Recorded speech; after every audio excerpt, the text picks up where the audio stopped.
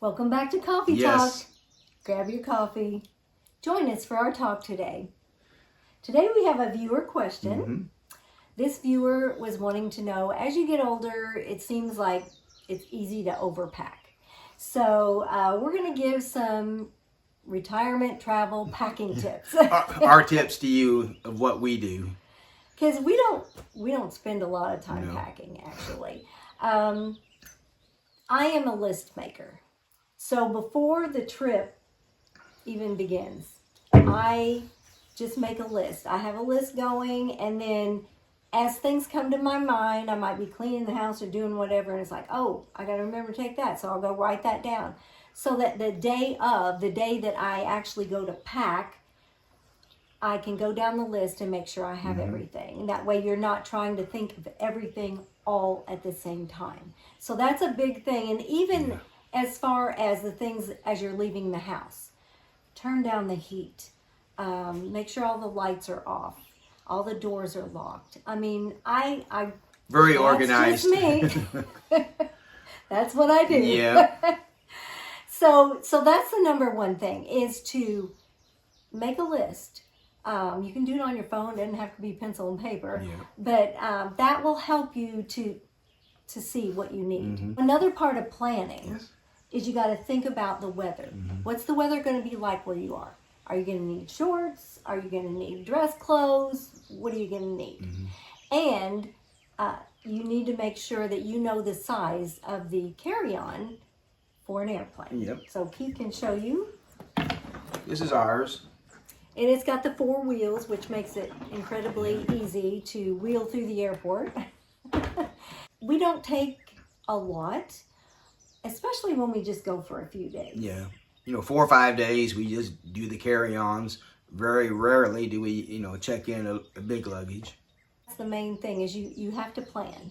Yes. We're already planning for our Alaska trip, what we need to take and all like that. So that's a big part of it. Again, with the luggage, if you pack what you're going to pack that fits in the overhead, you won't overpack because you have to be very selective about what you put in there. That's another way to prevent yourself from overpacking is he has a carry-on, I have a carry-on, and then we have our overnight bag. In the overnight bag, if you're flying, you can only have, I think it's 3 ounces or 3 less. or 4, yeah.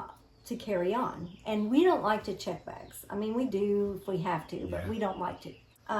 These travel sizes, and I've got them, well, I just put a few up here, but you can get them, I mean, hairspray, shampoo, and then I got these little containers that puts my face cleaner, my contact solution, all of that.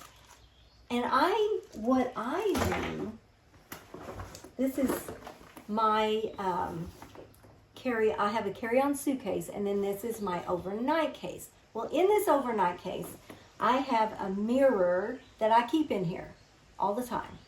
That way, if we go somewhere, I don't have to think, oh, I need to pack a mirror. It's in there for my makeup. My makeup bag. I keep my makeup in this bag all the time, so that if we're going on a trip, all I have to do is grab this, throw it in that overnight case. I've got a mirror, I've got my makeup, it's all there. And then all of this travel size stuff stays in the overnight bag, so that when we get ready to go somewhere, I usually double check, do we have toothpaste, do we have this, do we have that, to make sure we haven't run out. But I leave it in there, so that really we just have to throw in our toothbrush and a few other things, our hairbrush or whatever, and we're ready to there go. really isn't a whole lot to pack. If you travel a lot, you might try doing that. That way you don't have to start from scratch every single time. I mean, even Tylenol, Advil, all that, we have the little sizes. Keep them in the bag. Even motion sickness pills, because our son, he gets sick if he's traveling too much in the car or whatever. I keep all of that in there. And so I don't have to pack it every time. It's just there. And I just do a quick run through and make sure it's in there. And so that saves a lot of time. And it's stress-free. Yes. And if we decide to go somewhere last minute, grab my makeup case. It's already in there. And you're ready to go. Mm-hmm. So that's a big tip that we do. Yes. Also, if you are limited on space, they make these packing containers now that you can put in your suitcase. But I found that if you roll your clothes, you get more in there than if you try to fold them. Yes. And they don't wrinkle as bad. You can just try rolling your stuff. Mm-hmm. And I used to, when I was younger, overpack. Because I thought, oh, I have to have this outfit, and I have to have this jewelry that goes with this outfit, and I have to have these shoes that goes with this. No. I've learned simple is better. Yep, less is more. I usually have a pair of tennis shoes, a pair of flip-flops, and if we have a dress event, I may have a pair of dress shoes, but we don't overpack anymore. We used to. Just think about what are you going to be doing when you're there. And most of the time, you don't need that many clothes, really. Like for our Alaska trip, we know that we're not going to be taking shorts, that we're not going to be taking tank tops or stuff like that, because it doesn't get above 50 very much in Alaska. So we're just packing for a rainy season, taking a heavier coat or light jacket. So we know things that we know we won't be taking. And we even bought some jackets that are down-filled, but they're really thin. Yes. So they don't take up much room. So if you need big items, like you need boots or you need a big bulky jacket, wear that as you're traveling. And then you won't have to pack it in your suitcase. You can try, if you have big bulky sweaters that you want to take, wear it as you're traveling. If you're flying, it's usually freezing on the plane. Yes. So you might be glad you had that big bulky sweater on. You freeze all the time. I freeze all the time. I'm really worried about Alaska. Another tip is if you have a pill organizer, those that have a spot for every day, put your jewelry in there. If you put a necklace and rings in each one of those, they don't get tangled. And you can easily get to them, and you don't have to worry about them being in knots when you get there. I don't pack much jewelry anymore. In fact, I don't even wear all that much jewelry anymore. Just think simple. And it all depends on where you're going and what you're going to do. But I know in October, we're going to go to Virginia Beach. Yes. Well, we'll be packing mostly shorts, maybe a pair of jeans, and a jacket. But that's about it. we're not going to take dress-up clothes and all that, because we're not going to do anything except hang out. Yeah, enjoy the beach. So a great idea for traveling is leave your valuables at home. If you have a lot of gold necklaces and different earrings that are expensive, don't travel with those, because it's just something else you have to keep up with. And as we've talked in a previous video, simple is better. Yes. Less is more. So just learn to do with less and live a simpler life.